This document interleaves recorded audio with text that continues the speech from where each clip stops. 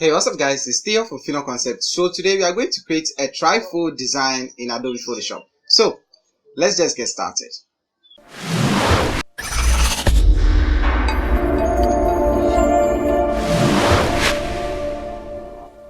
Welcome to Final Concept. Click the subscribe button and hit the bell icon so you don't miss out on any of our future videos. Alright, so let's go ahead and open up our application. For this tutorial I'm using Photoshop CC 2018 and I'll go ahead and create a new document. Now I'm going to set my document type to international paper and my paper size is going to be A4 and I'll just click on OK. Now this is going to be a landscape, so go to image rotation and set it to 90 degrees clockwise or counterclockwise. Either way it should work just fine. Now go to view, because we are going to be dividing this into 3 equal halves.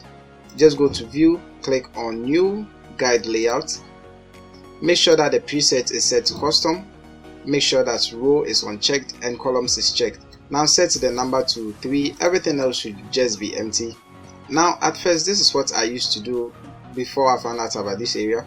I'll just grab the rectangle tool, I'll draw a rectangle like this, duplicate 2 times, so Ctrl J, and I'll just use my move tool to align them perfectly like this. So once I'm done, I'll just select all 3 and place it like so, covering the entire screen. I can just use Ctrl Alt to bring up my rulers, then I'll just select a layer and align it perfectly like so. So if you don't want to go through that, you can just do it this way as well. So we have these 3 pages for our trifold. Now I need some text. For some reason I'm not finding my lorem ipsum, so I'm just going to open up Word document and type in rand 5,6. So this is going to give me 5 paragraphs with 6 lines of characters. Just hit enter and this is it. So I'm just going to be copying the information and placing them in as so. Now this is going to be the front page, so let's start working with this first. Now I have a bunch of images in here from a photo shoot I did last week, so I'm just going to open them up in here like so. Now if you want to find out more about how this photo shoot went, just go to my other channel, which is Theo Lavi. I have it linked in the description below. So I'll just close this one up and just paste it in here like so. Now the image size is too huge, so I'll reduce this whilst holding down the Alt and Shift, and I'll probably place it somewhere around here. It shouldn't cover up my entire screen, so something like this should be just fine. Now I want it to just cover up that space, so again I'll just grab the rectangle tool and just use the move tool to align it like so, making sure that it is covering that particular page. Now bring the rectangle tool beneath our image, right click on the image and go to create clipping mask. Now this is going to create a clipping mask on top of the rectangle like this, so it is only going to show where the rectangle is. This is what I want.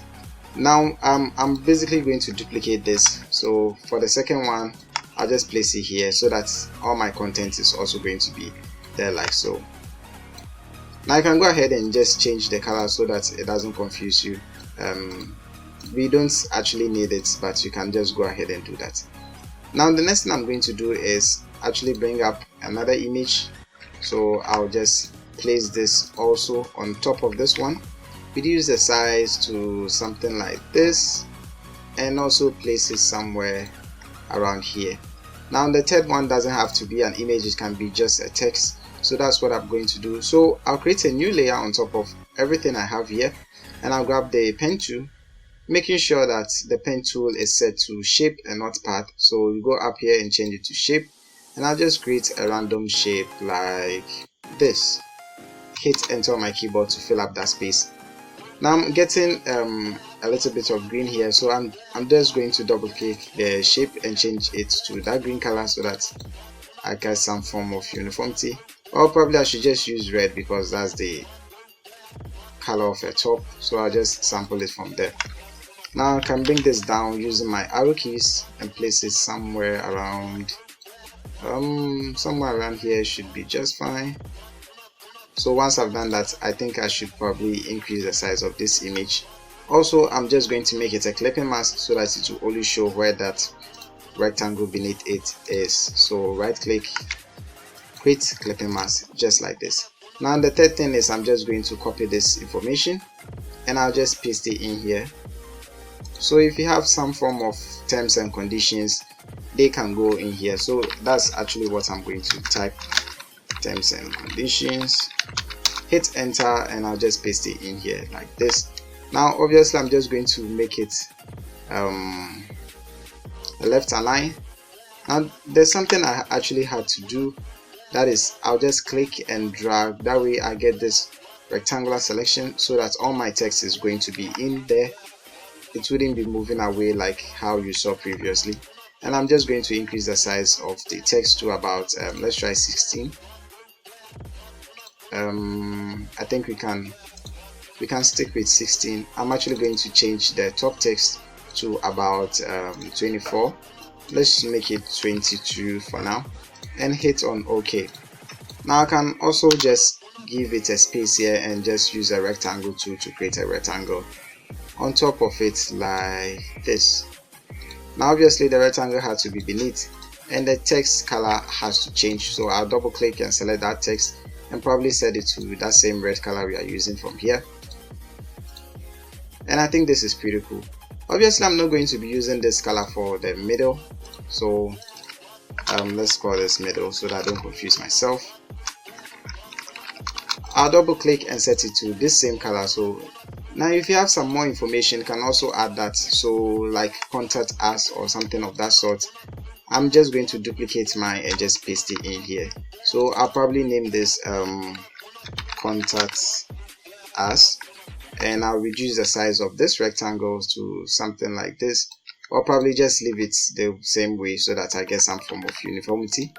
And I'll just select all of these and type in some random number, and the next thing is going to be location. So once this is your work, you'll find time and make it much nicer than what I have done here. So I'll just place this beneath, something like this should be just fine. So since this is all for the center, I'll just highlight everything. So highlight this whole information and just group them up. So Ctrl G to group it up, and I'll call it middle so that I don't confuse myself. Everything here is just at the center like this, and that is looking pretty nice. I'll probably do the same for this, and I'll call this left, and I'll do the same for that, Ctrl G, and I'll call this right.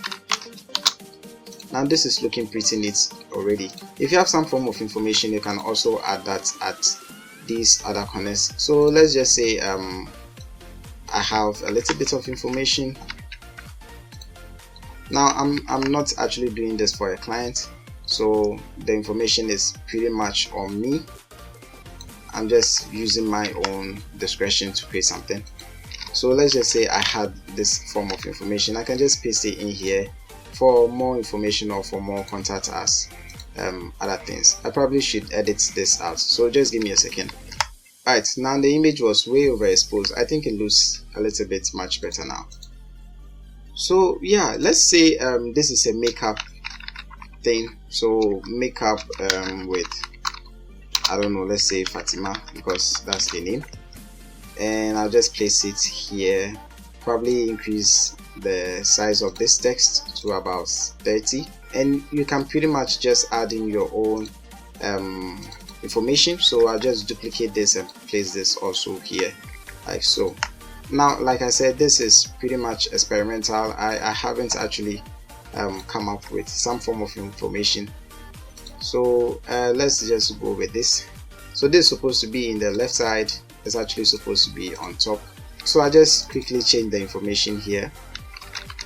So let's just assume that this is the information I was given, and I'll probably just label this something like this.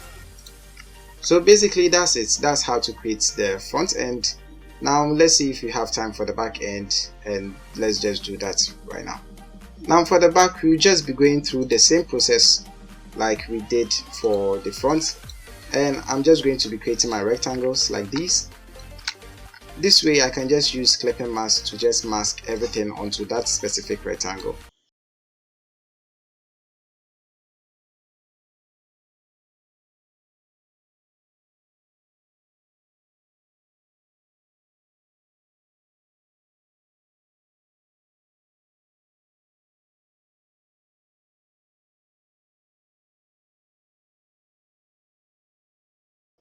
As always, the PSD template is going to be linked below, so be sure to check it out. Anyway, thank you guys for watching. If you like this video, please give it a thumbs up. If you'd like to watch more of our videos, hit that subscribe button, and as always, don't forget to share with your family and friends. It's Theo for Fino Concept, and I'll talk to you guys in the next one.